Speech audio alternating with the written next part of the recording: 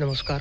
हिंदवी स्वराज्याचे सरसंस्थापक छत्रपती श्री शिवाजी महाराज यांचे बिनीचे शिलेदार आणि छत्रपती शिवरायांच्या स्वराज्याचे साम्राज्यात रूपांतर करणारे महापराक्रमी, अद्वितीय आणि वीर धुरंधर असे थोरले बाजीराव पेशवे यांच्या समाधी स्थळाचे दर्शन घेण्यासाठी आम्ही आज येथे आलेलो आहोत.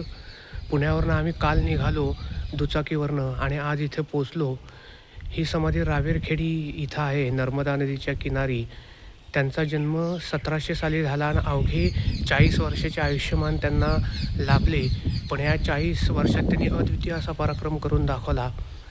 त्यांच्याकडं पेशवेपद 1720 साली आले. त्यामुळे 1720 ते 1740 अशी उणीपुरी 20 वर्षांची कारकीर्द त्यांची राहिली. पण या 20 वर्षात त्यांनी 40 लढायामध्ये भाग घेतला आणि 40च्या 40 लढाया जिंकल्या.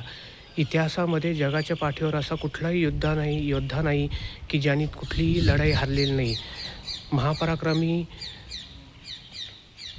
श्री थोरले बाजीराव पेशवे हेच एकमेव असे आहेत की त्यांनी 40 लढायामध्ये भाग घेऊन 40च्या 40 लढाया जिंकल्या आणि प्रत्येक लढाईमध्ये ते अग्रेसर असे राहिले.